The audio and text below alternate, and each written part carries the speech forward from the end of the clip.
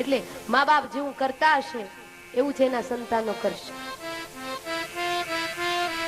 કઈ કથા સાંભળ્યા પછી બીજું કઈ યાદ ન રહે ને તો કઈ વાંધો નહીં. અમારા ભાઈઓને એક નમ્ર અપીલ છે કે મેરે ભાઈ બહેન, તમારા બાળકોની જો જિંદગી સુધારવી હોય ને તો તમારા બાળકોની સામે કોઈ તમે બીડીયું પીવો તો વાંધો નહીં, પીતા કરો, બીજું શું. કારણ કે 35 વર્ષના જૂના વ્યસન હોય એ તો કોક એવો બળવીર હોય તો છોડી શકે, શુરવીર હોય તો છોડી શકે, બાકી ઘણા ના વ્યસનો ન જાય.